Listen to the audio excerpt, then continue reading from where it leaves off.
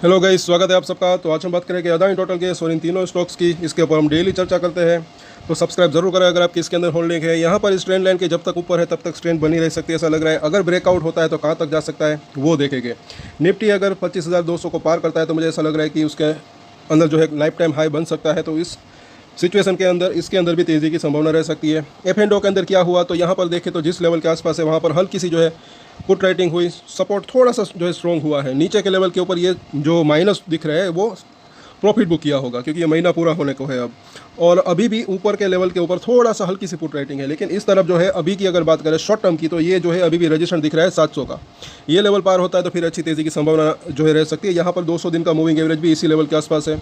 अब सभी दारोमदार जो है मुझे ऐसा लग रहा है कि बाजार के ऊपर है। यहाँ पर अगर हम देखते हैं तो बिल्कुल इसकी मिडिल लाइन में खड़ा है बुलिंजर बैंक की ऊपर और मिडिल लाइन की। तो 640 पहला सपोर्ट हो सकता है, उसके बाद 700 जो है वो रजिस्टेंट। और यहाँ पर अगर हम देखें थोड़ा सा वीकली चार्ट के ऊपर, तो मिडिल लाइन को क्रॉस तो किया है, इस वजह से तेज़ी की संभावना लग रही है। और नीचे हमें ये मिडिल लाइन जो कि 615 के आसपास है, ऐसा लग रहा है कि जब तक इसके ऊपर है तब तक स्ट्रेंथ बनी रह सकती है। थोड़ा सा मीडियम टर्म की बात करें, MACD का बेरिश क्रॉस ओवर होने की तैयारी दिख रही है, लेकिन हुआ नहीं अभी तक। और ये ज़रा देखें काफ़ी लंबा चार्ट, तो डेली चार्ट के ऊपर अगर 200 दिन का मूविंग एवरेज काफ़ी इंपॉर्टेंट दिख रहा है और इसको ऊपर जाने की संभावना लग रही है, क्योंकि ये 100 डेज़ का मूविंग एवरेज जो है काफ़ी दिनों बाद इसने पार किया है।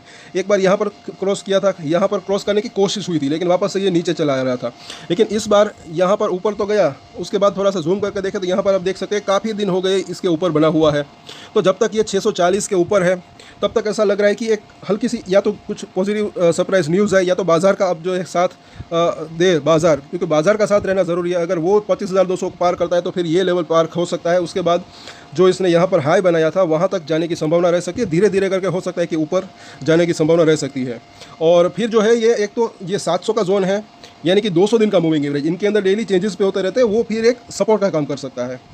और अब इसके सपोर्ट और रजिस्ट्रेशन देखें शॉर्ट टर्म में, तो जो है जो लग रहा है 670 का प्राइस है। पहला सपोर्ट एरिया 650 से 640 का जोन, उसके नीचे जो है 615 का जोन।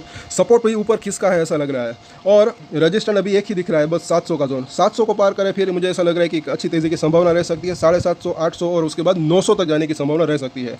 और जल्द ही कुछ ना कुछ ऐसा हो सकता है, अभी ऐसा लग तो रहा है कि तेज़ी आने की संभावना हो सकती है।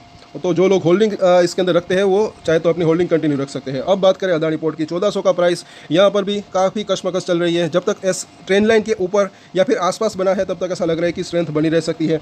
इसके एफ एंड ओ के अंदर क्या हुआ, तो यहाँ पर देखें जिस प्राइस के आसपास है वहाँ पर जो है ज़्यादा एक्शन नहीं देखने को मिल रहा है। ऊपर में थोड़ा सा यहाँ पर पुट राइटिंग हुई, यहाँ पर भी पुट राइटिंग हुई, नीचे में ज़्यादा कुछ एक्शन देखने को नहीं मिल रहा।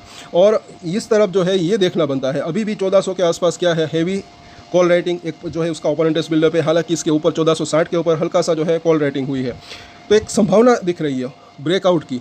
इसका जो ब्रेकआउट अगर आता है तो 1460 और फिर 1500 तक आने की संभावना रह सकती है। और यहाँ पर अगर देखें तो बिल्कुल बीच में खड़ा है। तीनों ही शेयर अभी बैक और ब्रेक लेवल के आसपास ऐसा लग रहा है यहाँ पर। हालांकि यहाँ पर अगर देखें तो स्ट्रेंथ के अंदर थोड़ी सी कमी आई है। तो 1420 को अगर ये पार करता है तब ये जो है वापस से MACD का एक जो है बुलिश क्रॉसओवर हो सकता है, तब तेज़ी की संभावना हो सकती है। अदरवाइज या तो इस तरीके से कंसोलिडेशन या प्रॉफिट बुकिंग थोड़ा सा आ सकता है। अभी 1400 का प्राइस है। सपोर्ट की बात करें तो पहले जो है 1380, उसके बाद जो है 1340 का जोन, तो दो इसके इंपॉर्टेंट सपोर्ट दिख रहे हैं।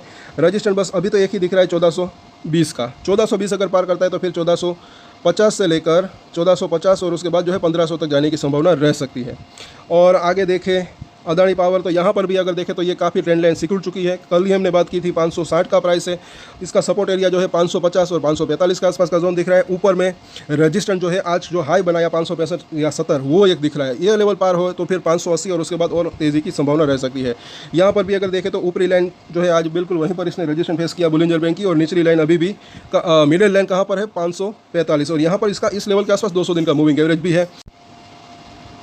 और यहाँ पर अभी ऐसा लग रहा है कि काफ़ी कशमकश चल रही है। MACD की अगर बात करें तो चिपक कर चल रही है दोनों ही लाइंस। तो ओवरऑल अगर बात करें तो यहाँ पर ऐसा लग रहा है कि जो है या तो ब्रेकआउट या ब्रेकडाउन कुछ बड़ा होने की संभावना हो सकती है। सपोर्ट की अगर बात करें तो 550 से 545 और उस ये लेवल अगर ब्रेक होता है तो फिर 525 का जोन सपोर्ट एरिया पास दिख रहा है। शॉर्ट टर्म की बात करें तो रजिस्टेंस जो है 565, उसके बाद 580, बस दो इसके रजिस्टेंस दिख रहे हैं। 580 को क्रॉस करें फिर ये 600 और 650 और 700 तक जाने की संभावना रह सकती है। बाजार ये इस बात को नोट करके रखें, मुझे ऐसा लग रहा है कि 25,200 को अगर पार करता है तो तेज़ी की संभावना रह सकती है इसके अंदर। और अभी ऐसा लग तो रहा है कि बाजार धीरे धीरे करके, हो सकता है क्योंकि आज 25,000 के आसपास क्लोजिंग रही, तो थोड़ा कंसोलिडेशन या फिर 1 से 2 दिन में अगर ये लेवल अगर पार कर देता है, कुछ भी अगर पॉजिटिव सरप्राइज न्यूज़ आती है तो इसके अंदर भी तीनों के अंदर अच्छी तेजी की संभावना रह सकती है। तो कल इन तीनों के ऊपर चर्चा करेंगे। तब तक के लिए अगर आपको वीडियो अच्छा लगा तो लाइक, शेयर एंड सब्सक्राइब जरूर करें हमारे चैनल को।